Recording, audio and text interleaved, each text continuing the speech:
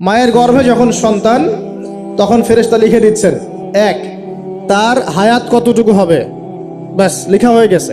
লেখা হয়ে গেছে মানে যা হায়াত, যা অপচয় করেছেন তো করেছেনই। এখন সারা জীবন যদি মাথাটা ঠুকরে ঠুকরে কাঁদেন, তাও ওই অপচয়কৃত দিনগুলো ফিরে আসবে না। শিক্ষা নিবেন না এখান থেকে? 30 বছর চলে গেছে মানে 30 বছর আল্লাহর নাফরমানি করেছেন, সারা জীবন মাথা ঠুকরে কাঁদলেও ওই 30 বছর ফিরে আসবে না।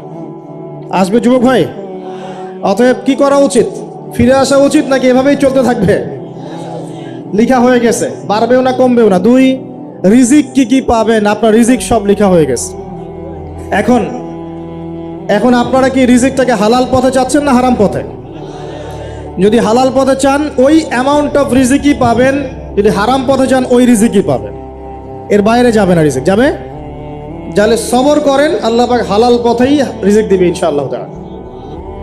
রিজিক বৃদ্ধির জন্য কিছু আমল আছে, তার মধ্যে শ্রেষ্ঠ আমল হচ্ছে নামাজ, এর সাথে চাশতের নামাজ পড়া।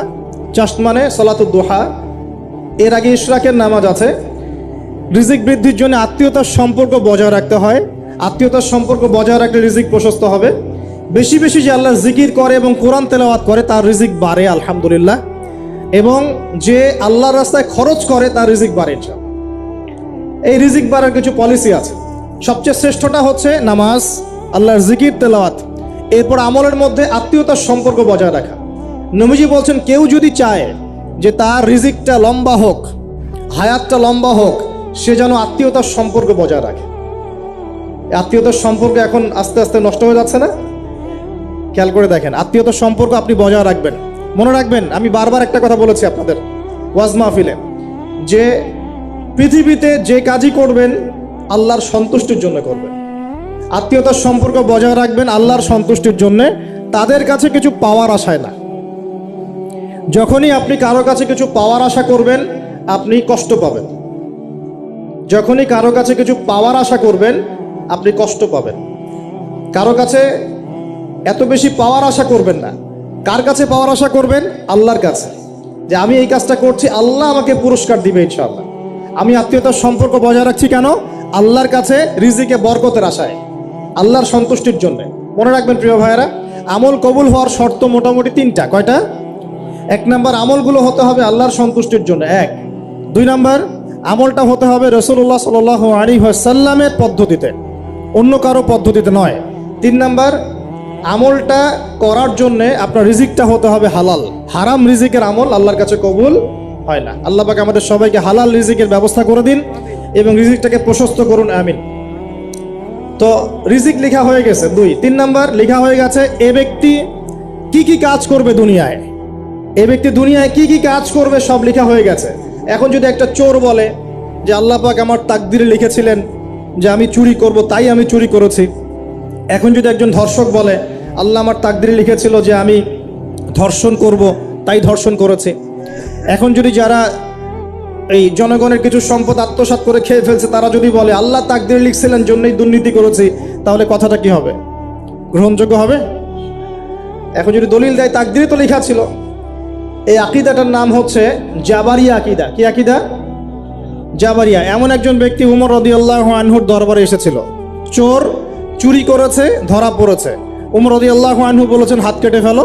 তখন সে বলছে যে আমার হাত তো কাটা যাবে না। কেন? আল্লাহ পাক তাকদিরে লিখেছেন আমি চুরি করব, তাই চুরি করেছে। তো উমর রাদিয়াল্লাহু আনহুর সামনে এই কথাটা বলেছে। আর উমর রাদিয়াল্লাহু আনহু কি বিচক্ষণ মানুষ ছিলেন না বোকাশোকা ছিলেন? বলেন, তার মতো শাসক পাওয়া যাবে? তার মতো আরো একজন শাসক আসবে ইনশাআল্লাহ পৃথিবীতে। তার নাম কি? নবী ঈসা আলাইহিস সালাম ইনশাআল্লাহ তাআলা। এবং তার আগে আরো একজন ইমাম আসবেন। তার নাম কি? তার নাম হচ্ছে মুহাম্মদ। কি নাম? তার নাম মুহাম্মদ, তার উপাধি হচ্ছে মাহদি। কখন আসবেন? যখন পৃথিবীতে যুদ্ধ বিগ্রহ ছড়িয়ে পড়বে, ব্যাপক আকারে মালহামা চলবে, তখন আসবেন। কাদের পক্ষে আসবেন? মুসলিমদের পক্ষে। কি উদ্দেশ্যে আসবেন? সারা বিশ্বে জুলুম তুলে ফেলার জন্য। এবং আরেকটা কি উদ্দেশ্য? ওই জেরুজালেম উদ্ধার করার জন্য। কোন জেরুজালেম? যেটা এখন ইহুদিরা দখল করে আছে। চারপাশে আরবরা, মাঝখানে ও কেমন করে দখল করে আছে? আরবদেরকে হাতের মুঠোয় নিয়ে নিয়েছে। এই কারণে মুনাফিকদের উপর টিকে আছে সে। এবং তার পশ্চিমা মিত্রদের উপর টিকে আছে। ঈসা আলাইহিস সালাম কেন আসবেন? এই জায়গাটা পুনরুদ্ধার করার জন্য। ঈসা আলাইহিস সালাম কি পরাজিত হবেন না বিজয়ী হবেন? কত বছর বিশ্ব শাসন করবেন? 40 বছর। এগুলো হবে বিশ্বে, এগুলো হওয়া এখনো বাকি আছে। আরো কি হবে? মুসলিমরা কনস্ট্যান্টিনোপল আবার জয় করবে। এই কনস্ট্যান্টিনোপলের মধ্যে ফিতনা দেখা দিবে অচিরেই, মুসলিমরা ওইটা আবার দখল করবে ইনশাআল্লাহ তাআলা। আরো কি হবে? বললাম ভূমিকম্পের বছরগুলো আসবে সামনে, এবং মুতায়নুন শাদীদ, মহামারীও আসবে। আরো কি? বড় বড় 3টা ভূমিকম্প বাকি আছে এখনো। আগে বলেছি লেকচারে, একটা পৃথিবীর পূর্বে, একটা পশ্চিমে, একটা মাঝখানে। এগুলো এখনো বাকি আছে। বিশ্বে অনেক কিছু হওয়া এখনো বাকি আছে। এখন যা দেখছি এগুলোই সব না, এগুলো চলে যাবে। সময় কি হবে? চলে যাবে। আরো নতুন সময় আসবে ইনশাআল্লাহ তাআলা। আমাদের দায়িত্ব কি? আমাদের দায়িত্ব পরিস্থিতি বুঝে দিন ধরে রাখা, আমল করা এবং মানুষকে দিনের দিকে আহ্বান করা। আমরা যদি দায়িত্ব পালন না করি তাহলে কি হবে? আল্লাহ পাক আমাদেরকে সরিয়ে দিয়ে নতুন কম নিয়ে আসবেন। আল্লাহ পাক সূরা মুহাম্মাদে বলেছেন, ওয়া ইন তাতাওয়াল্লাউ, তোমরা যদি মুখ ফিরিয়ে নাও, ইয়াস্তাবদিল কওমান গায়রাকুম, আল্লাহ পাক নতুন কওমকে তোমাদের জায়গায় স্থলাভিষিক্ত করবেন। সুম্মা লা ইয়াকুনু আমসালাকুম, তারা তোমাদের মতো হবে না, মানে আমাদের মতো অপদার্থ হবে না। উম্মার বিজয়ের শর্ত কি?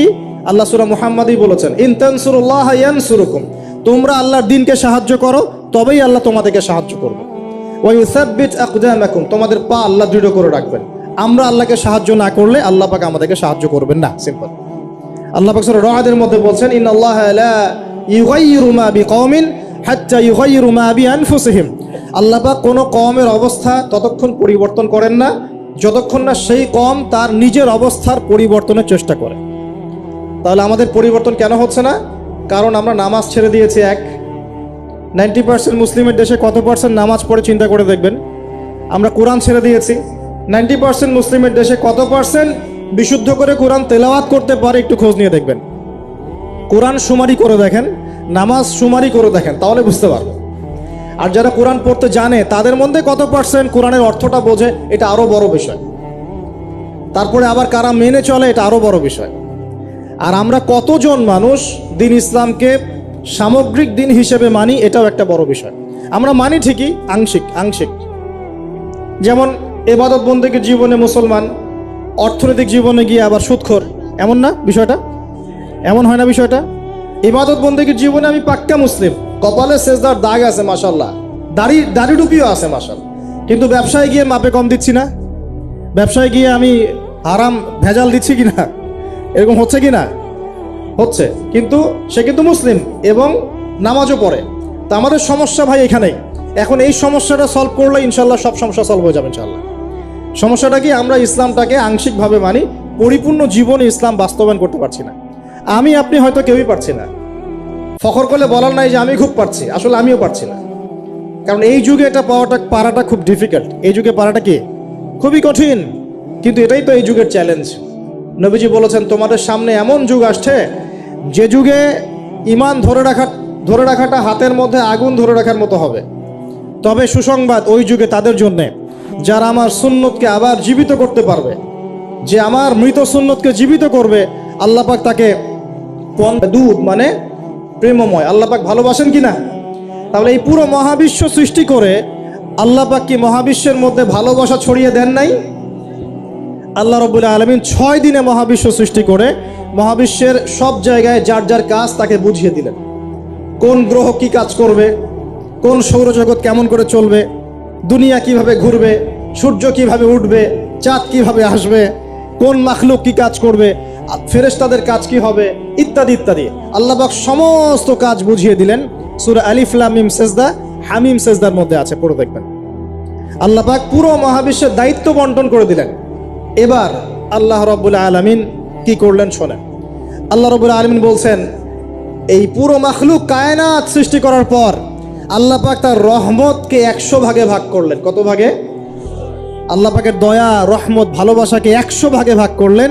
ভাগ করে মাত্র এক ভাগ আল্লাহ পাক পুরো মহাবিশ্বে ছড়িয়ে দিলেন। বলেন সুবহানাল্লাহ। বাকি 99 ভাগ রহমত আল্লাহ পাক তার কাছে রাখলেন। এই এক ভাগ ভালোবাসার কারণেই এই যে সন্তান কান্না করলে মায়ের বুক ফেটে যায়, সন্তান অসুস্থ হলে বাবার বুক ফেটে যায়, যেই বাবা সহজে চোখের পানি কাউকে দেখায় না, সেই বাবা জায়নামাজে দাঁড়িয়ে চোখের পানি ছাড়তে থাকে। এই এক ভাগ রহমতের কারণে আমরা দেখি যে রাস্তার কুকুর পর্যন্ত তার বাচ্চাকে চাটে, আদর করে, মহব্বত করে। এই এক ভাগ রহমতের কারণে আমরা আমাদের স্ত্রীদেরকে মহব্বত করি, স্ত্রীকে সুখে রাখার জন্য জীবনটা পর্যন্ত বিলিয়ে দেয়। সকাল থেকে রাত পর্যন্ত কোনো কোনো ক্ষেত্রে হারাম পথে যেতেও দ্বিধা করি না, স্ত্রী সন্তান সুখে থাক এই আশায়, তাই না ভাই? এই এক ভাগ রহমতের কারণে, গাভী দেখবেন, গাভী তার বাচ্চাকে প্রসবের পর চাটে, গাটা চেটে পরিষ্কার করে দেয়। এই এক ভাগ রহমতে পুরো কায়নাত টিকে আছে। আর নবী সাল্লাল্লাহু আলাইহি ওয়াসাল্লাম বলছেন বাকি 99% রহমত আল্লাহ পাক তার কাছে রেখেছেন। এই রহমত এবং ভালোবাসা দিয়ে আল্লাহ পাক কিয়ামতের মাঠে মানুষকে মাফ করবে ইনশাআল্লাহ। তার মানে বলেন আল্লাহু আকবার। তার মানে আমরা আশা করতে পারি ইনশাআল্লাহু তাআলা আমরা আল্লাহর জান্নাত পাবো ইনশাআল্লাহ। পাবো কি না? শুধু একটা কাজ যদি উম্মত করতে পারে জান্নাত পাবে। বলে দিব কোনটা? অনেক কাজই আছে কিন্তু স্পেশাল একটা কাজ, একটা। আল্লাহ রাব্বুল আলামিন মেরাজের রাতে তার নবীকে উঠিয়ে নিয়েছিলেন, উঠিয়ে নিয়ে কাছে নিয়ে আসছেন, একদম কাছে, আর যে আরশের কাছাকাছি। নবী সাল্লাল্লাহু আলাইহি ওয়াসাল্লাম বলছেন ওই সময় তার উপর 3টা স্পেশাল ওহী করা হয়েছে। কয়টা? 3টা। একটা হচ্ছে 50 ওয়াক্ত নামাজ। কত ওয়াক্ত? এটা কমতে কমতে কমতে কত ওয়াক্ত হয়েছে? 5। 5কেও কমানোর জন্য কোন নবী বলছিলেন? মুসা আলাইহিস সালাম বলছেন 5ও পারবে না, কমাই নিয়ে আসেন। 5ও যে পারবে না, মুসা আলাইহিস সালাম কেমন করে জানলেন? তার উম্মত 2 ওয়াক্ত নামাজ ফরজ। কয় ওয়াক্ত নামাজ ফরজ ছিল? ওই 2 ওয়াক্ত তার আদায় করতে পারে নাই। এই অভিজ্ঞতা থেকে তিনি বলেছেন যে আপনার উম্মত 5 ওয়াক্ত পারবে না। সত্যি না মিথ্যা কথাটা? আসলেই কি উম্মত 5 ওয়াক্ত নামাজ পড়তে পারছে? আচ্ছা, যাই হোক, আল্লাহ পাক আমাদেরকে পড়ার তৌফিক দান করুন। দ্বিতীয় ওহী হচ্ছে সূরা বাকারার শেষের 3টা আয়াত। কয় আয়াত? সূরা বাকারার শেষের 3 আয়াত ওহী করেছেন কে? আল্লাহ রাব্বুল আলামিন। কোন ব্যক্তি যদি রাতের বেলা সূরা বাকারার শেষের 3টা আয়াত পড়ে সারা রাত ইবাদত করার নেকি পাবে ইনশাআল্লাহ। আর 3 নাম্বারটা হচ্ছে স্পেশাল, সেটা হচ্ছে আল্লাহ পাক বলেছেন, হে মুহাম্মদ সাল্লাল্লাহু আলাইহি ওয়াসাল্লাম, বলেন সাল্লাল্লাহু আলাইহি ওয়াসাল্লাম, তোমার উম্মতের কোনো ব্যক্তি যদি আসমান জমিনের সমান গুনাহ নিয়ে আমার সামনে দাঁড়ায়, আসমান জমিন সমান গুনাহ নিয়ে আমার সামনে দাঁড়ায়, কিন্তু আমার সাথে শিরকের পাপ নাই, আমার সাথে কোনো শিরকের পাপ করে নাই, ইনশাআল্লাহ আমি আল্লাহ তার সামনে আসমান জমিন সমান ক্ষমা নিয়ে হাজির হব ইনশাআল্লাহ।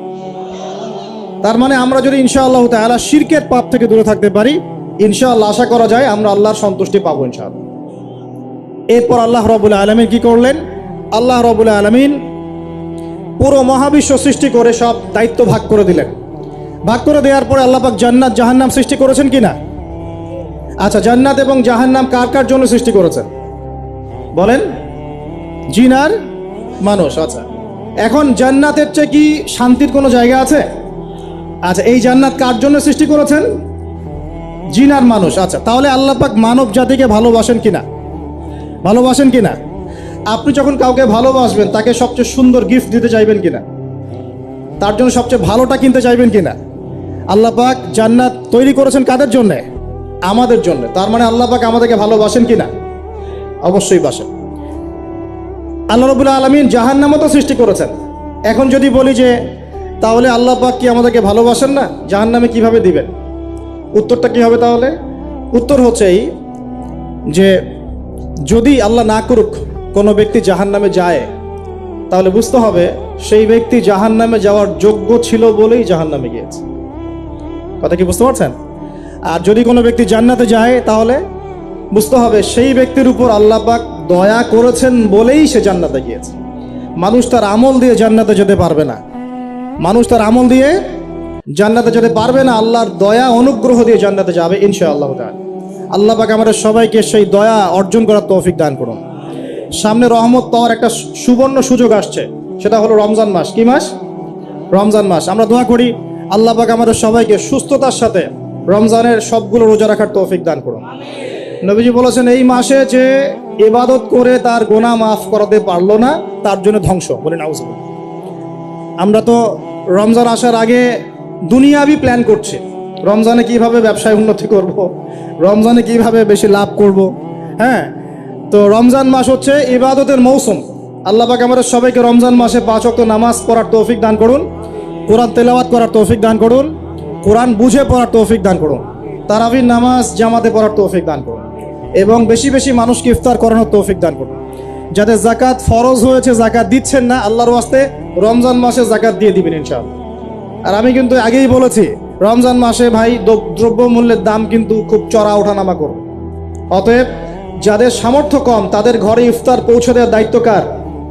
যা আমাদের। যাদের সামর্থ্য আছে তারা, যারা সামর্থ্যবান নয় তাদের ঘরে ঘরে মাসের বাজার পৌঁছে দেবেন ইনশাআল্লাহ তাআলা। আল্লাহ পাক তৌফিক এনায়েত করুন, বলি আমিন। এবার দেখেন, আল্লাহ পাক সৃষ্টি করলেন আদম আলাইহিস সালামকে। কাকে? এর আগে আল্লাহ পাক জিন জাতি সৃষ্টি করেছেন, আমি ওইদিকে যাচ্ছি না, আমি মানুষের কথা বলছি। আদম আলাইহিস সালামকে আল্লাহ পাক কেমন করে সৃষ্টি করেছেন? আল্লাহ পাক সূরা সাদের মধ্যে বলেছেন যে খলাকতু বিয়াদাই, খলাকতু বিয়াদাই, আমি আদমকে আমার হাত দিয়ে সৃষ্টি করেছি। কি দিয়ে? হাত দিয়ে। এটা কি ভালোবাসার বহিঃপ্রকাশ নয়? আল্লাহ পাক কি আমাদেরকে ভালোবাসেন না?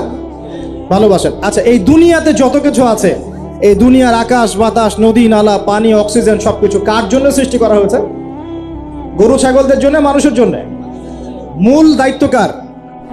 মূল অধিকার কার? মানুষের নয় কি?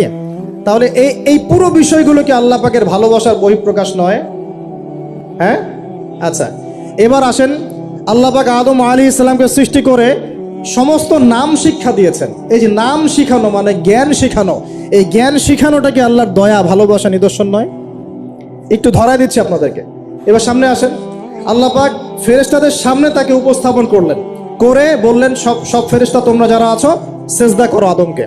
এই যে আমাদের পিতাকে সম্মানিত করা হচ্ছে, এটা কি ভালোবাসার বহিঃপ্রকাশ নয়?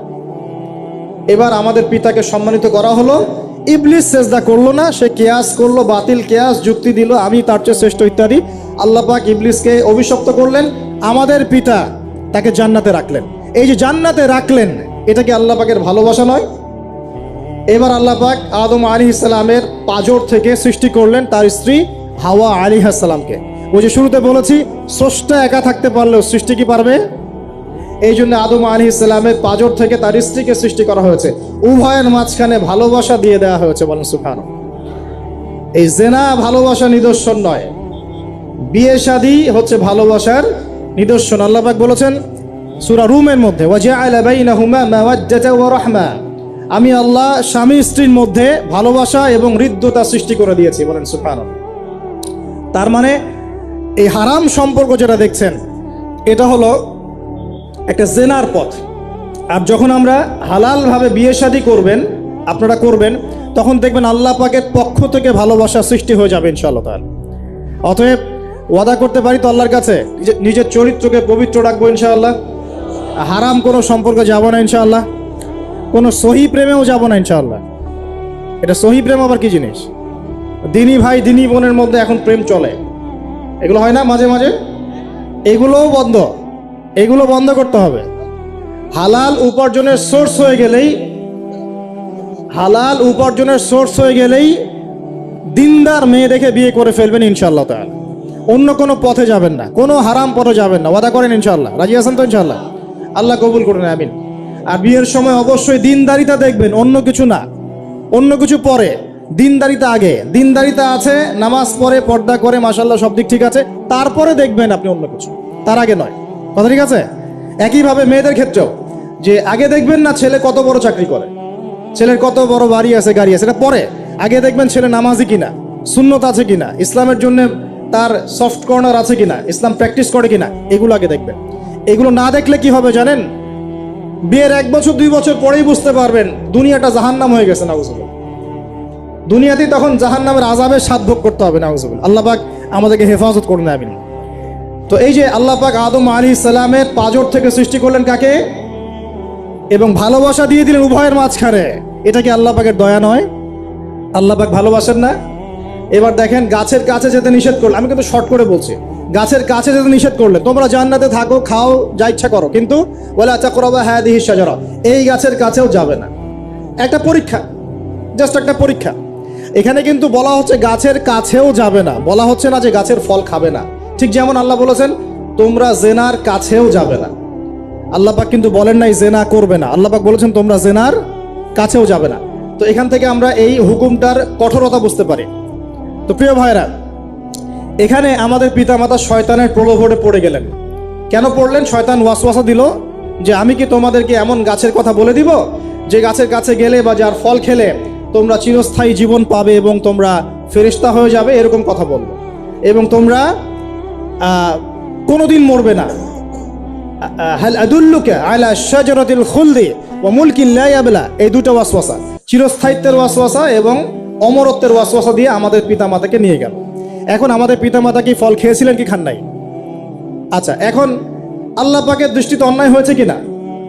এরপরে আমাদের পিতামাতা কি করলেন? বললেন রব্বানা যালামনা আনফুসানা ওয়া ইল্লাম তাগফির লানা ওয়া তারহামনা লানাকুনান্না মিনাল খাসিরিন।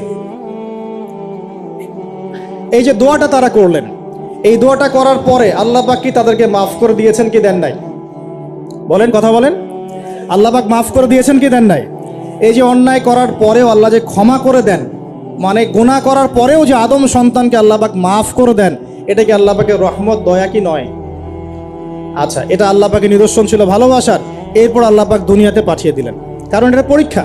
দুনিয়াটা পরীক্ষার জায়গা, পরীক্ষা দিচ্ছি আমরা এখানে।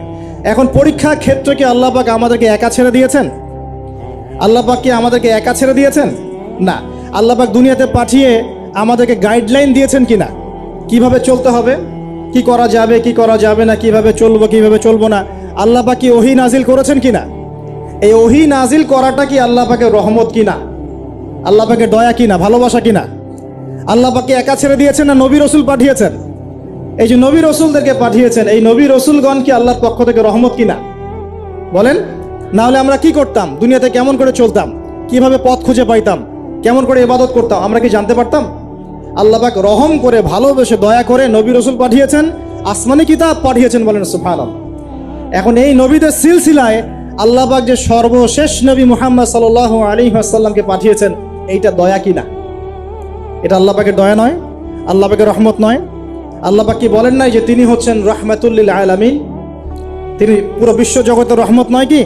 আচ্ছা, এখন আমাদেরকে যে আল্লাহ পাক নবী মুহাম্মদ সাল্লাল্লাহু আলাইহি ওয়াসাল্লামের উম্মত বানালেন, এটা কি আরো বড় রহমত কিনা? বলেন তো।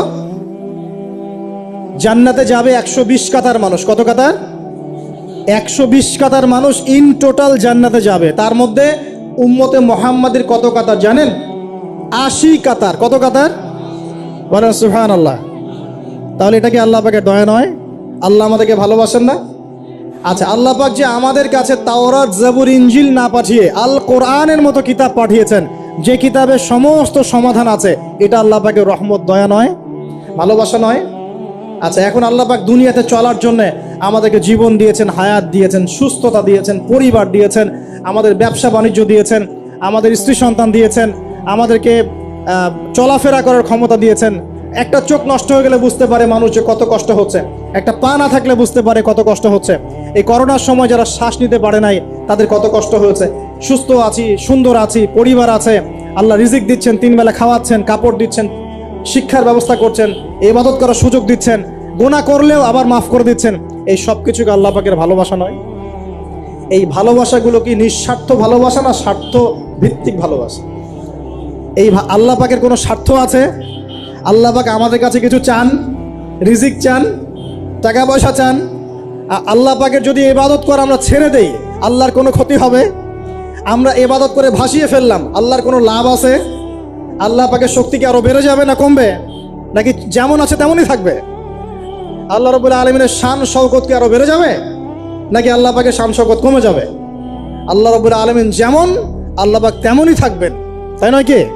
আল্লাহ পাকের যে বিশাল খাজানা আছে, আমরা যদি ইবাদত করে ভাসিয়ে ফেলি, খাজানা কি বেড়ে যাবে?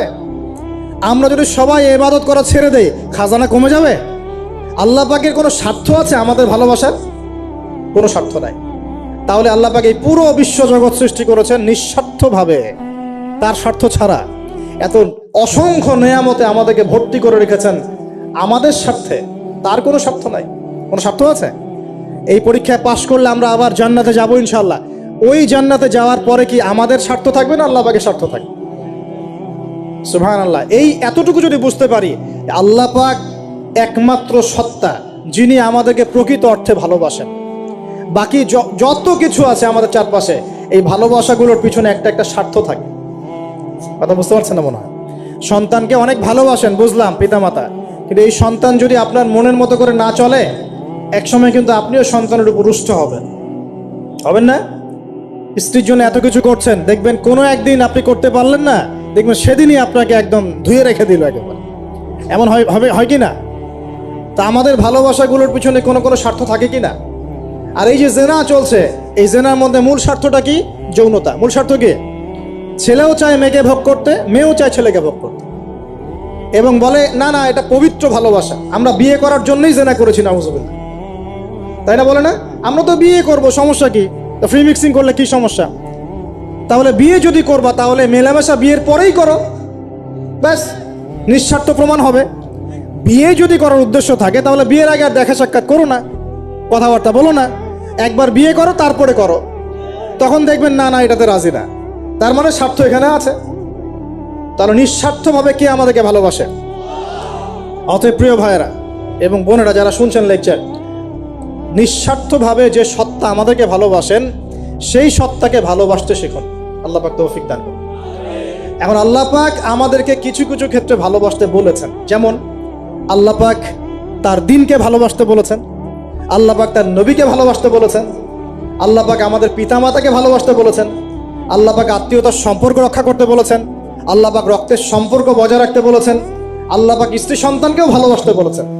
আল্লাহ পাক কিন্তু তার রাস্তায় জানমাল ব্যয় করে আল্লাহর পথে দাওয়াত এবং জিহাদ করতে বলেছেন। এখন এগুলো আল্লাহ বলেছেন বলে আমরা করব, আল্লাহ পাক ভালোবাসতে বলেছেন বলে আমি ভালোবাসবো, কিন্তু উদ্দেশ্য হবে আল্লাহর সন্তুষ্টি অর্জন করা। আমি কেন আমার মাকে ভালোবাসি? বিকজ আমার মায়ের পায়ের নিচে আমার জান্নাত, আল্লাহ ভালোবাসতে বলেছেন তাই বাসি। আমি কেন বাবাকে ভালোবাসি? আল্লাহ ভালোবাসতে বলেছেন তাই ভালোবাসি। আমি কেন আমার স্ত্রীকে ভালোবাসবো? কারণ আল্লাহ পাক ভালোবাসতে বলেছেন তাই বাসবো। আমি কেন আমার সন্তানকে ভালোবাসবো? আল্লাহ পাক বলেছেন নেককার সন্তান আমার জন্য ওসিলা হবে, এই জন্য ভালোবাসবো। আল্লাহ পাক আমাকে বলেছেন নবীকে ভালোবাসতে, আমি নবীকে ভালোবাসবো। আল্লাহ পাক যে বিষয়গুলোকে ভালোবাসতে বলেছেন আমরা অবশ্যই ভালোবাসবো ইনশাআল্লাহ। কিন্তু আল্লাহ পাক কি আমাকে হারাম এই 14ই ফেব্রুয়ারির এই ভ্যালেন্টাইন্স ডেকে ভালোবাসতে বলেছেন? আল্লাহ পাক ইহুদি খ্রিস্টানদের সংস্কৃতিকে ভালোবাসতে বলেছেন? আল্লাহ পাক জেনা করতে বলেছেন? এই ফ্রি মিক্সিং করতে বলেছেন? আল্লাহ পাক পতিতালয়ে রাত কাটাতে বলেছে? গার্লফ্রেন্ডকে ফুল দিতে বলেছে? আল্লাহ রাব্বুল আলামিন কি বলেছে বিয়ের আগে শারীরিক সম্পর্ক করো? আল্লাহ পাক বলেছে যে আজকে সকালে সম্পর্ক করো, কালকে ব্রেকআপ, তারপর আরেকটা মেয়ের সাথে, তারপর আরেকটা ছেলের সাথে? আল্লাহ পাক ফোনে ফোনে এসব প্রেম করতে বলেছে? আল্লাহ পাক এগুলো হারাম করেছেন, বাস আমি করবো না, সিম্পল। নিজের প্রবৃত্তি অনেক কিছু চাইবে, নিজের প্রবৃত্তিকে আল্লাহর সামনে আত্মসমর্পণ করার নাম হচ্ছে ইসলাম। মন যা চায় তা করা যাবে না, কেন? কারণ আমি কারাগারের জীবনে বসে আছি, কারাগারের মধ্যে মন যা চায় তাই করা যাবে না। এই কাজগুলো কখন করব? আমি বিয়ে শাদী করার পরে করব। বিয়ে শাদী করবেন, আপনি স্ত্রীকে নিয়ে ঘোরেন, স্ত্রীকে নিয়ে আল্লাহর সৃষ্টি দেখেন, স্ত্রীকে নিয়ে আপনি বাইকে ঘোরেন, রিক্সায় ঘোরেন, চটপটি খান, ফুচকা খান, আইসক্রিম খান, কোনো সমস্যা নাই। এবার তো যুবকরা বলবো যে ভাই বিয়ে শাদী তো দেয় না, কি করব? আমি পরামর্শ দিচ্ছি বড় ভাই হিসেবে, প্রথমে হালাল রিজিকের সোর্স করতে হবে। রিজিকের সোর্স না করে বিয়ে করা যাবে না, আত্মসম্মান থাকবে না। তাহলে পুরুষ মানুষের আত্মসম্মান কখন চলে যায়? যখন হাত পাততে হয় তখন। যখন আপনি রিজিকের সোর্স তৈরি করেছেন, আপনি স্বাবলম্বী, আপনি মাশাআল্লাহ মাসে 10, 20, 30 হাজার টাকা আর্ন করেন, বা 1 লাখ 2 লাখ টাকা আর্ন করেন, আলহামদুলিল্লাহ, কারো কাছে হাত পাততে হয় না, সবাই দেখবেন আপনাকে সম্মান দিবে।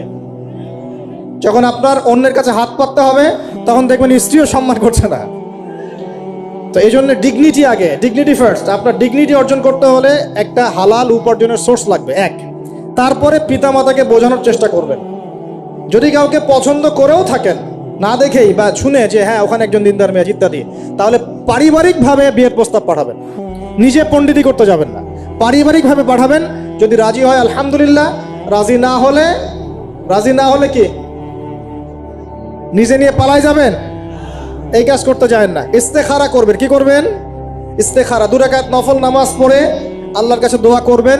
হিসনুল মুসলিম বইটা কিনবেন, ওখানে দেখবেন ইস্তেখারার দোয়া আছে। ইস্তেখারা মানে হচ্ছে আল্লাহর সাথে পরামর্শ করা। আল্লাহ আমি এই কাজটা করতে চাচ্ছি, যদি কাজটা আমার জন্য ভালো হয়, আমার দুনিয়া আখিরাতের জন্য ভালো হয়, আল্লাহ কাজটাকে তুমি সহজ করে দাও। আল্লাহ কাজটার মধ্যে বরকত দান করে দাও। আর যদি এই কাজটা দুনিয়া আখিরাতের জন্য খারাপ হয়, আল্লাহ তুমি কাজটাকে সরায় দাও, আমাকেও কাজটা থেকে সরায় দাও। এটা হচ্ছে ইস্তেখারা। এই দোয়া বেশি বেশি করলে ইনশাল্লাহ আল্লাহর পক্ষ থেকেই ফয়সালা হবে। আর এই জায়গায় বেশি ব্যতিব্যস্ত হবেন না। অনেক সময় কিন্তু ফ্যান্টাসিতে ভুগি আমরা, অস্থির হয়ে যাই। অস্থির হলেই ডিসিশন নিতে ভুল হবে, অস্থির হলেই ডিসিশন নিতে ভুল হবে। স্থির থাকতে হবে। নিজেকে স্থির রাখার জন্য কি করবেন? বেশি বেশি নফল রোজা রাখবেন। বেশি বেশি কি করবেন? নফল রোজা রাখবেন। আর ভালো কাজে ব্যস্ত রাখবেন নিজেকে। ভালো কাজে কি করবেন? ব্যস্ত রাখবেন। একা একা থাকলে আর এই যে খারাপ সার্কেলের মধ্যে থাকলেই মাথার মধ্যে শয়তান ভর করবে, তখন দেখবেন অস্থির হয়ে গেছেন আপনি। স্থির হওয়ার চেষ্টা করেন, ভালো কাজে ব্যস্ত রাখেন, হালাল পথ অবলম্বন করে হারাম থেকে বেঁচে থাকেন। এখন যে জায়গায় আসছিলাম, এখান থেকে আস্তে আস্তে শেষের দিকে যাব। দেখুন, আল্লাহ পাক যে বিষয়গুলোকে ভালোবাসতে বলেছেন আমি ভালোবাসবো, এই ভালোবাসা জায়েজ, হালাল। এই ভালোবাসার উদ্দেশ্য আল্লাহর সন্তুষ্টি অর্জন করা।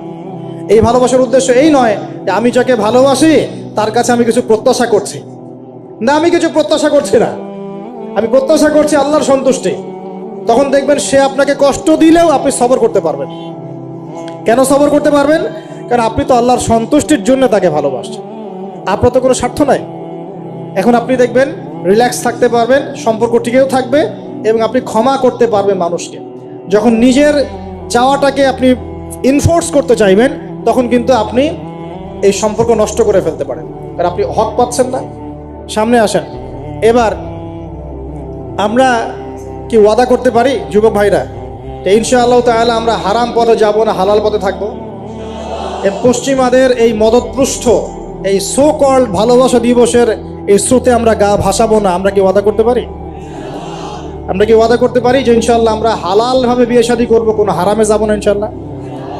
এই সমাজ থেকে জেনা বন্ধ করতে হবে, এই সমাজ থেকে ফ্রি মিক্সিং বন্ধ করতে হবে, এই সমাজ থেকে সমস্ত পতিতালয়কে বন্ধ করতে হবে। বন্ধ করে আমরা সামাজিক উদ্যোগ নিয়ে প্রয়োজনে আমাদের পলিটিক্যাল পাওয়ারকে কাজে লাগিয়ে সমস্ত পতিতালয়গুলো বন্ধ করে ওই মেয়েদের রিজিকের জন্যে আমরা বিকল্প ব্যবস্থা করবো ইনশাআল্লাহ। আমরা টাকা পয়সা একত্রিত করে তাদের জন্য কর্মসংস্থান করতে পারি না? এইগুলো কাজ করে নারীর অধিকার প্রতিষ্ঠা করা যায় না? নাকি রাস্তাঘাটে গাড়ির স্লোগান দিয়ে প্রতিষ্ঠা করা যাবে? সমস্ত যে নোংরা জায়গাগুলো আছে এগুলো বন্ধ করে ওই মেয়েরা কিন্তু কারো মা, ওরা দেখবেন কারো বোন, কারো স্ত্রী বা কারো সহধর্মিনী কিছু একটা হবেন। তারাও কিন্তু মানুষ, তারাও মানুষ, হয়তো অন্ধকার জগৎ হারিয়ে গেছে, দালালের খপ্পরে পড়েছে বা পেটের দায়ে পড়ে কাজ করছে। যদি আমরা তাদের জন্য বিকল্প ব্যবস্থা করে দিতে পারি, আল্লাহ পাক আমাদেরকে তৌফিক দান করুন, তাদের জন্য কর্মসংস্থানের ব্যবস্থা করতে পারি, একটা মেয়েও এই হারাম পথে যাবে না ইনশাআল্লাহ। আমরা কি এভাবে নারীর অধিকার প্রতিষ্ঠা করতে পারি না? আমরা কি এতিম মেয়েদের দায়িত্ব নিয়ে করতে পারি না? আমরা কি সমাজের বিধবা মেয়েদেরকে বিয়ে করতে পারি না? তালাকপ্রাপ্ত মেয়েদের দায়িত্ব নিতে পারি না? মেয়েদের অধিকার নিয়ে অনেক কথা বলা হয়, কিন্তু এই কথাগুলো থাকে খালি বুলি, বাস্তবতা নাই। বাস্তবে কয়জন ছেলে এতিম একটা মেয়েকে বিয়ে করে দেখিয়েছে? কয়জন ছেলে একটা বিধবা মেয়েকে বিয়ে করার সাহস করেছে? কয়জন ছেলে একটা তালাকপ্রাপ্ত একটা মেয়েকে বিয়ে করে দেখিয়েছে হ্যাঁ আমি তার দায়িত্ব নিলাম? আমরা বুঝতে পারলাম যে আল্লাহ পাক পুরো সৃষ্টি জগৎকে ভালোবাসেন। আল্লাহ পাক আমাকে ভালোবাসেন, আপনাকে ভালোবাসেন বলেই আজকে আপনি এখানে বসে আছেন।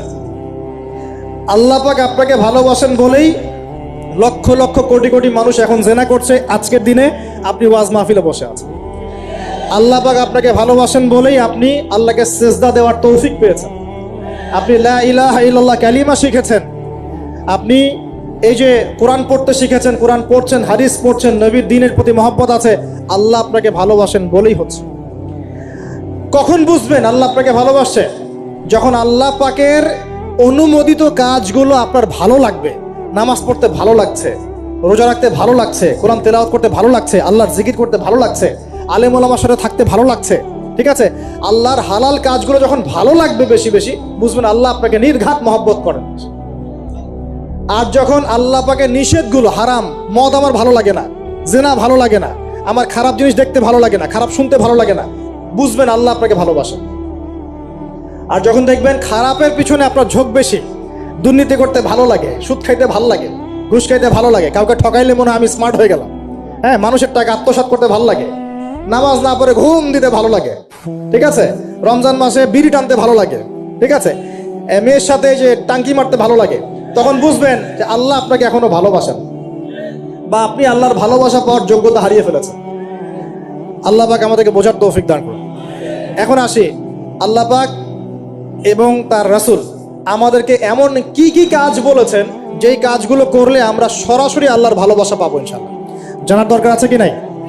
আমি অল্প কয়েকটা কাজ বলে শেষ করছি। এক নাম্বার, আল্লাহ এবং তার রাসূল আমাদেরকে জানিয়েছেন আমরা যদি তাওহীদের উপর থাকতে পারি, একত্ববাদ, লা ইলাহা ইল্লাল্লাহ, আল্লাহর ভালোবাসা পাবো ইনশাআল্লাহ।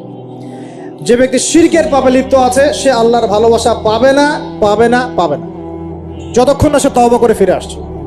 অতএব আল্লাহর ভালোবাসা পাওয়ার জন্য এক নাম্বার কাজ কি ভাই? আল্লাহর তাওহীদের কালিমা লা ইলাহা ইল্লাল্লাহ এর উপর থাকা, শিরক বাদ দেওয়া। শিরক সম্পর্কে জানার জন্য একটা বই পড়েন, কিতাবুত তাওহীদ। কি নাম বললাম? কিতাবুত তাওহীদ। একটাই পড়েন, দেখবেন ইনশাআল্লাহ শিরক কাকে বলে, কত প্রকার, কি কোন কাজ করলে শিরক হয় সব জানতে পারবেন ইনশাআল্লাহ। এই বইটা একটু কঠিন, এই বইটার ব্যাখ্যা বের হয়েছে, ব্যাখ্যা যুক্ত বই কিনবেন এবং যেগুলো বুঝবেন না ওলামায়ে কেরামকে জিজ্ঞাসা করবেন, কারণ সবগুলো কিন্তু বুঝতে পারবেন। এক নাম্বার। দুই, নবী সাল্লাল্লাহু আলাইহি ওয়াসাল্লামের অনুসরণ করলে আল্লাহ আমাদেরকে ভালোবাসবেন। দলিল, আল্লাহ পাক সূরা আলে ইমরানের মধ্যে বলছেন 31 নম্বর আয়াতে আল্লাহ বলছেন, কুল, হে নবী আপনি বলে দিন, ইন কুনতুম তুহিব্বুনাল্লাহ, তোমরা যদি, হে আদম সন্তান, হে উম্মতে মুহাম্মাদী, তোমরা যদি আল্লাহর ভালোবাসা পেতে চাও, ফাত্তাবিউনি, তোমরা আমাকে অনুসরণ করো। কাকে? আমাকে বলতে কাকে? রাসূলুল্লাহ সাল্লাল্লাহু আলাইহি ওয়াসাল্লামকে। তাহলে কি হবে? ইউহিব্বুকুমুল্লাহ, আল্লাহ পাকও তোমাদেরকে ভালোবাসবেন। বলে সুবহান, আল্লাহ আমাকে ভালোবাসবেন ইনশাআল্লাহ। আর কি? ইয়াগফির লাকুম যুনুবাকুম, আল্লাহ পাক তোমাদের সমস্ত গুনাহ মাফ করে দিবেন। আল্লাহু গফুরুর রহিম, আল্লাহ পাক পরম করুণাময়, অসীম দয়ালু। তার মানে আল্লাহকে পাওয়ার, আল্লাহর ভালোবাসা পাওয়ার দুই নাম্বার কি মাধ্যম? নবী সাল্লাল্লাহু আলাইহি ওয়াসাল্লামের সুন্নত অনুযায়ী জীবন করা। ভাই শুরু করব কোত্থেকে? শুরু করবেন চেহারা থেকে। কোত্থেকে? চেহারায় দাড়ি ছেড়ে দিব ইনশাআল্লাহ, রাজি আছি তো? গোফ ছোট করে ফেলবো ইনশাআল্লাহ, রাজি আছি তো ইনশাআল্লাহ? চেহারায় সেজদার দাগ থাকবে ইনশাআল্লাহ, তার মানে নামাজি হতে হবে, ঠিক আছে? পোশাক পরিচ্ছদ হবে রাসূলুল্লাহ সাল্লাল্লাহু আলাইহি ওয়াসাল্লামের মতো, ঢিলে ঢালা মুত্তাকিদের পোশাক। চুল হবে কার মতো? মেসি নেইমারের মতো নাকি রাসূলুল্লাহ সাল্লাল্লাহু আলাইহি ওয়াসাল্লামের মতো? আমার নবী এইভাবে ওযু করতেন, এইভাবে করব। আমার নবী এইভাবে ইস্তেনজা করতেন, পেশাব পায়খানা করতেন, ওইভাবে করব। এই যে এখনকার ইংলিশ টয়লেট, এই ইংলিশ টয়লেটে বসে নবীর মতো ইস্তেনজা করা যায় না। যাবে? ওলামায়ে কেরামকে জিজ্ঞাসা করেন, নবী সাল্লাল্লাহু আলাইহি ওয়াসাল্লাম বাম পায়ে ভর দিয়ে ইস্তেনজা করতেন। কোন পায়ে? এখন বসেন ইংলিশের উপরে, বাম পায়ে কেমনে বসবেন? সম্ভব? ওই যে আমি বলি, এটা মজা করে বলি, কষ্ট থেকেও বলি, একদম বৈশ্বিক পলিটিক্যাল সিস্টেম থেকে শুরু করে বাথরুমের টয়লেট পর্যন্ত সবকিছুই চলছে পশ্চিমা আদর্শ। এখন সবকিছু, এভরিথিং, একদম বাথরুমের কমোড পর্যন্ত। এখন তো কমোডও উঠাই দিয়েছে, এখন সামনে একটা বালতি রেখে দেয় গামলার মতো, এখানেই পেশাব করতে হয়। দেখেন নাই মনে হয় আপনারা, দেখবেন অচিরেই এগুলো আসতেছে সামনে, দাঁড়ায় বসার কোনো সুযোগ নাই। আর সবগুলো মাপ সমান। আর কারো হাইট যদি 6 ফুট, কারো 5 ফুট হয়, তখন কি হবে? অ্যাডজাস্ট করতে হবে ধরে তখন, নাকি? যুবকরা বুঝতে পারছে, তখন কাউকে লম্বা হতে হবে, কাউকে খাটো হতে হবে, মাপ তো সমান। আর সবার মাপ যদি সমান না হয়, এখন কি হবে? আল্লাহ পাক বোঝার তৌফিক দান। এগুলো শয়তানি না বলেন? শয়তানি না বলেন? বসে ইস্তেনজা করতে হয় না? বসে ইস্তেনজা না, এই পেশাবের ছিটা ফোটার কারণে কবরে আযাব হয় না? আপনারা হাদিসে জানেন না? নবীজি একটা কবরের পাশ দিয়ে যাচ্ছেন, তিনি থেমে গেলেন, থেমে গিয়ে বলছেন এই কবর দুটোতে আযাব হচ্ছে। কি হচ্ছে? কবরের আযাব। তিনি জানলেন কেমন করে? আল্লাহ পাক তাকে জানিয়েছেন, আল্লাহ পাক তাকে খবর দিয়েছেন এই কবর দুটো কি হচ্ছে? আযাব। নবীজি বলছেন এই কবর দুটোতে বড় কোনো পাপের কারণে আযাব হচ্ছে না। সাহাবীরা বলছেন তাহলে কি কারণে হচ্ছে ইয়া রাসূলুল্লাহ? তিনি বলছেন একজন পেশাব পায়খানা করে, স্পেশালি পেশাব করে এই ছিটা ফোটা থেকে সে সতর্ক থাকতো না। পেশাব করে, ওই যে বলেন আমাদের ছেলেরা, প্যান্ট খারাপ ভাই, নামাজে যেতে পারবো না। নামাজে ডাকলে বলে ভাই প্যান্ট নষ্ট। তোমরা ভালো করে হাদিসে শোনো, এই ব্যক্তি বড় কোনো পাপ করে নাই, সে পেশাব করার পরে পবিত্র হতো না, মানে এর ছিটা ফোটা থেকে সাবধান থাকতো না, এই কারণে কবরে আযাব দেওয়া হচ্ছে। বলেন নাউযুবিল্লাহ। অন্য হাদিসে নবীজি বলছেন বেশিরভাগ কবরের শাস্তি পেশাবের ছিটা ফোটার কারণে হয়। আস্তাগফিরুল্লাহ, বলি নাউযুবিল্লাহ। এই টয়লেটগুলোর মধ্যে পেশাবের ছিটা ফোটা লাগে না? তো এই কোরআনের মধ্য দিয়ে আল্লাহর ভালোবাসা পাওয়া যাবে ইনশাআল্লাহ। সর্বশ্রেষ্ঠ নফল আমলের মধ্যে একটা হচ্ছে কি? আল কোরআন তেলাওয়াত করা। আল্লাহ পাক আমাদেরকে তেলাওয়াত করা তৌফিক দান করুন। 3টা বললাম। 4 নাম্বার, বেশি থেকে বেশি আল্লাহর জিকির করা। কি করা ভাই? চলতে ফিরতে উঠতে বসতে অলওয়েজ সুবহানাল্লাহ, আলহামদুলিল্লাহ, লা ইলাহা ইল্লাল্লাহ, আল্লাহু আকবার, লা হাওলা ওয়ালা কুওয়াতা ইল্লা বিল্লাহ, এগুলো চলতে থাকবে। ঠিক আছে ইনশাআল্লাহ? চলতে ফিরতে পড়বেন আল্লাহুম্মা সাল্লি আলা মুহাম্মদ, আল্লাহুম্মা বারিক আলা মুহাম্মদ। ঠিক আছে? হাসবি আল্লাহ ওয়া নি'মাল ওয়াকিল, রাদিতু বিল্লাহি রাব্বান ওয়া বিল ইসলামি দীনান ওয়া বি মুহাম্মাদিন নাবিয়্যা। যত জিকির আজগার আছে চলতে ফিরতে অলওয়েজ পড়তে থাকবে। লা ইলাহা ইল্লাল্লাহ ওয়াহদাহু লা শারীকা লাহু, লাহুল মুলক ওয়া লাহুল হামদ ওয়া হুয়া আলা কুল্লি শাইইন কাদির। আস্তাগফিরুল্লাহাল্লাযী লা ইলাহা ইল্লা হুয়াল হাইয়ুল কাইয়ুম ওয়া আতুবু ইলাইহি, লা হাওলা ওয়া লা কুওয়াতা ইল্লা বিল্লাহ। এগুলো পড়তে থাকবেন। যে যত বেশি আল্লাহ জিকির করবে তার কলবে আল্লাহ তত বেশি নূর দিবেন ইনশাআল্লাহ। আর যার কলবে যত বেশি নূর সে তত বেশি আল্লাহর ভালোবাসা মহব্বত পাবে ইনশাআল্লাহ। কয়টা বলছি ভাই? 4টা। 1 নাম্বার কি ছিল? তাওহীদ। 2 নাম্বার নবীর সুন্নত। 3 নাম্বার বলেন কোরআন তেলাওয়াত করা। 4 নাম্বার বেশি বেশি আল্লাহর জিকির করা। 5 নাম্বার স্পেশালি 5 নাম্বার বেশি বেশি আল্লাহর কাছে তওবা করা। কি করা? যে আল্লাহর কাছে তওবা করে আল্লাহ তাকে মহব্বত করেন। আলহামদুলিল্লাহ, যে আল্লাহর কাছে তওবা করে আল্লাহ তাকে মহব্বত করেন। আমাদের নবীজি প্রত্যেক দিন 70 থেকে 100 বার আল্লাহর কাছে তওবা করতেন। বলেন সুবহানাল্লাহ। পারা যাবে তো ইনশাআল্লাহ? 6 নাম্বারটা হচ্ছে বেশি বেশি নামাজ আদায় করা। কি করা? আল্লাহকে পাওয়ার জন্য শ্রেষ্ঠ মাধ্যম হচ্ছে সেজদা করা। কি করা? আর সেজদা করা হয় সবচেয়ে শ্রেষ্ঠভাবে নামাজের মধ্য দিয়ে। কিসের মধ্য দিয়ে? ওয়াদা করতে পারি তো ইনশাআল্লাহ 5 ওয়াক্ত নামাজ পড়বো রেগুলার। কোন রকম যদি বাধ্যবাধকতা না থাকে, ওজন না থাকে, তাহলে মসজিদে গিয়ে পড়বো ইনশাআল্লাহ। পারবো তো ইনশাআল্লাহ? রমজান মাসে নামাজ শক্ত করে ধরবো ইনশাআল্লাহ। ঈদের পর ছেড়ে দিব ইনশাআল্লাহ। ঈদের পর ছেড়ে দিব কি? ঈদের পরেও ধরে রাখতে হবে ইনশাআল্লাহ তাআলা।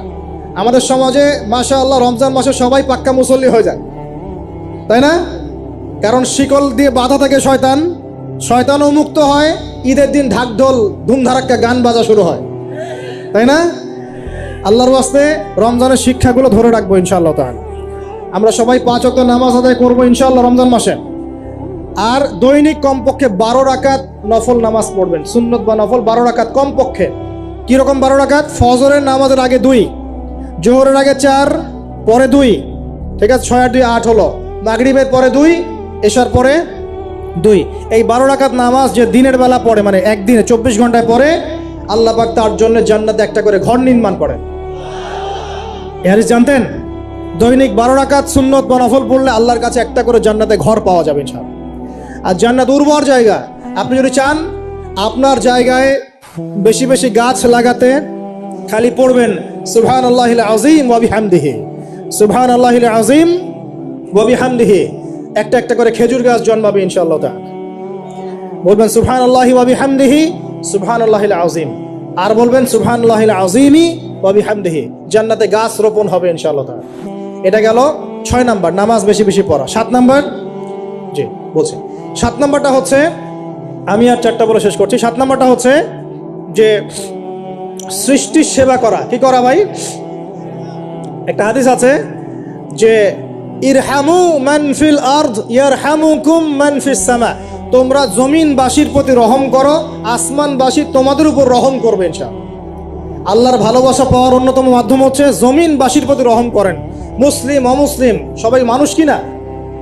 যারা আমাদের সাথে যুদ্ধে লিপ্ত নাই তারা তো আমাদের ভাই নাকি?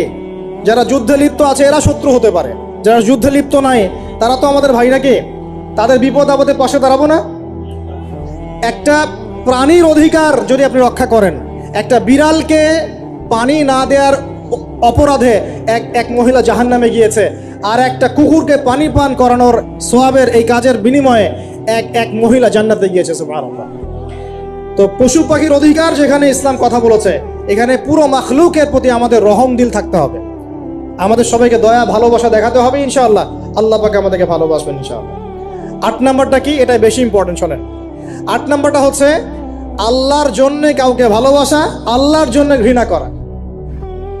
একটা এই যে হাদিসগুলো পড়তে পড়তে আমি আসলাম গাড়িতে, আল্লাহ পাক বলেছেন, শোনেন, আল্লাহ পাক বলেছেন কিয়ামতের মাঠে আল্লাহ পাক বলবেন, নিজেই বলবেন যে আইনা আইনা মুতাহাবুনা লিজালালি, আমার ইজ্জতের জন্য যারা পরস্পরকে ভালোবাসতো এরা কোথায়?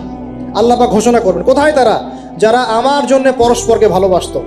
আল্লাহ বলবেন আলিয়াউমা, আজকে আজিল্লুহুম, আমি ওদেরকে ছায়া দিব, ফি জিল্লি, আমার আরশের ছায়ায়। বলেন সুবহানাল্লাহ। ইয়াউমা লা জিল্লা ইল্লা জিল্লি, যেদিন আমার এই আরশের ছায়া ছাড়া অন্য কোনো ছায়া থাকবে না। মানে কিয়ামতের মাঠে আল্লাহর আরশের ছায়া ছায়া পাবে কারা? যারা পরস্পরকে আল্লাহর জন্য ভালোবাসতো। আলহামদুলিল্লাহ, এই যে আমরা এখানে আছি, আমরা কি একে অপরকে আল্লাহর জন্য ভালোবাসি না? আমি কি আপনাদেরকে চিনি? আপনারা কি আমাকে চিনেন? এই যে আপনারা আলেমুল আমাদেরকে ভালোবাসেন, ইসলামকে ভালোবাসেন, কিসের জন্য বাসেন? আল্লাহর জন্য। এই আল্লাহর জন্য যারা পরস্পরকে মহব্বত করে, আল্লাহ পাক তাদেরকে আরশের ছায়ায় ছায়া দিবেন ইনশাআল্লাহ। আরো একটা নেকি আছে, বলবো? শোনেন, আরেকটা হাদিসে আসছে কিয়ামতের মাঠে স্পেশাল কিছু মিম্বর থাকবে। মিম্বর চিনেন? যেখানে দাঁড়ায় ইমাম সাহেব খতিব খুতবা দেয়, এরকম মিম্বর থাকবে। এই মিম্বরগুলো হবে নূরের মিম্বর। কিসের? নূর মানে কি? আলো, আলো, আলো, নূরের মিম্বর থাকবে। ওই কিয়ামতের মাঠে কি আলো থাকবে? এমনিতে মাঠটা তো অন্ধকার। ওই অন্ধকার মাঠে নূরের মিম্বর আল্লাহ পাক দিবেন কাদেরকে? যারা পরস্পরকে এই আল্লাহর জন্য মহব্বত করত। আর নবীগণ, শহীদগণ তাদের দিকে তাকায় থাকবে। তাকায় নবীগণ, শহীদগণ পর্যন্ত এই মানুষগুলোকে দেখে ঈর্ষা করবে, কাশ আমরাও যদি এমন হতে পারি। চিন্তা করেন, আল্লাহর জন্য পরস্পর মহব্বতকারীদেরকে আল্লাহ পাক এমন সম্মান দিবেন যেটা দেখে নবীগণ পর্যন্ত ঈর্ষা করতে থাকে। তাহলে আমরা কি আল্লাহর জন্য পরস্পরকে মহব্বত করতে পারি কিনা? এটা হলো 8-9 নাম্বার। আল্লাহর জন্যই ঘৃণা করতে হবে। আল্লাহর জন্য ঘৃণা কেমন? যেমন কেউ ইসলামকে পছন্দ করে না, কটূক্তি করে, ইসলামের এইটা ভালো না, ওইটা ভালো না, ইসলামের সাথে দুশ্মনী করে ভিতর থেকে বাহির থেকে, আপনি ওদেরকে ভালোবাসতে পারবেন না। যদি আল্লাহর দুশ্মনদের সাথে আপনার ভালোবাসা থাকে, তাহলে আপনিও আল্লাহর দুশ্মনের কাতারে অন্তর্ভুক্ত হয়ে যাবেন। এখন বলেন দেখি, সারা বিশ্বে ইসলামের দুশ্মন কারা? বলেন। গায়রিল মাগদুবি আলাইহিম ওয়ালাদ-দাল্লিন। মাগদুব কারা, দল্লিন কারা? এটা তো অনেকেই জানে না। সাহাবীরা বলছেন, ইয়া রাসূলুল্লাহ, এখানে যে আমরা বলছি গায়রিল মাগদুবি আলাইহিম ওয়ালাদ-দাল্লিন, আল্লাহ আমাদেরকে মাগদুবদের থেকে বাঁচাও, দল্লিনদের থেকে বাঁচাও। মাগদুব আর দল্লিন কারা ইয়া রাসূলুল্লাহ? নবীজি বলছেন, আল মাগদুব, মাগদুব হচ্ছে হুমুল ইহুদি, ইহুদিরা হচ্ছে মাগদুব, যাদের উপর আল্লাহর গজব করেছে। আর দল্লিন হুমুন নাসারা, নাসারারা হচ্ছে দল্লিন, কারণ তারা আল্লাহ পাকে সন্তান সাব্যস্ত করেছে। ঈসা আলাইহিস সালামকে আল্লাহ সন্তান বলেছে, বলেন নাউজুবিল্লাহ। এখন সারা বিশ্বে এরা মুসলিমদের সাথে দুশ্মনী করছে না? আমরা যদি ব্যক্তিগতভাবে, সামাজিকভাবে বা পলিটিক্যালি ওদের সাথে বন্ধুত্ব করে চলি, আমরা কি আল্লাহ দুশ্মনদের সাথে শরীক হলাম না? খুব খেয়াল রাখতে হবে। আল্লাহর জন্য ভালোবাসা, আল্লাহর জন্য দুশ্মনী। আল্লাহ পাক আমাদেরকে বোঝার তৌফিক দান করুন। এবং সবশেষ যেটা 10 নাম্বার, সেটা হলো আল্লাহওয়ালা মানুষ যারা, সেই মানুষদের সাথে মহব্বত রাখলে আল্লাহ আপনাকে ভালোবাসবে। আল্লাহওয়ালা মানুষদের সাথে মহব্বত রাখতে চান, নাকি আপনার এই জেনাকারী গার্লফ্রেন্ডের সাথে আপনি মহব্বত রাখতে চান?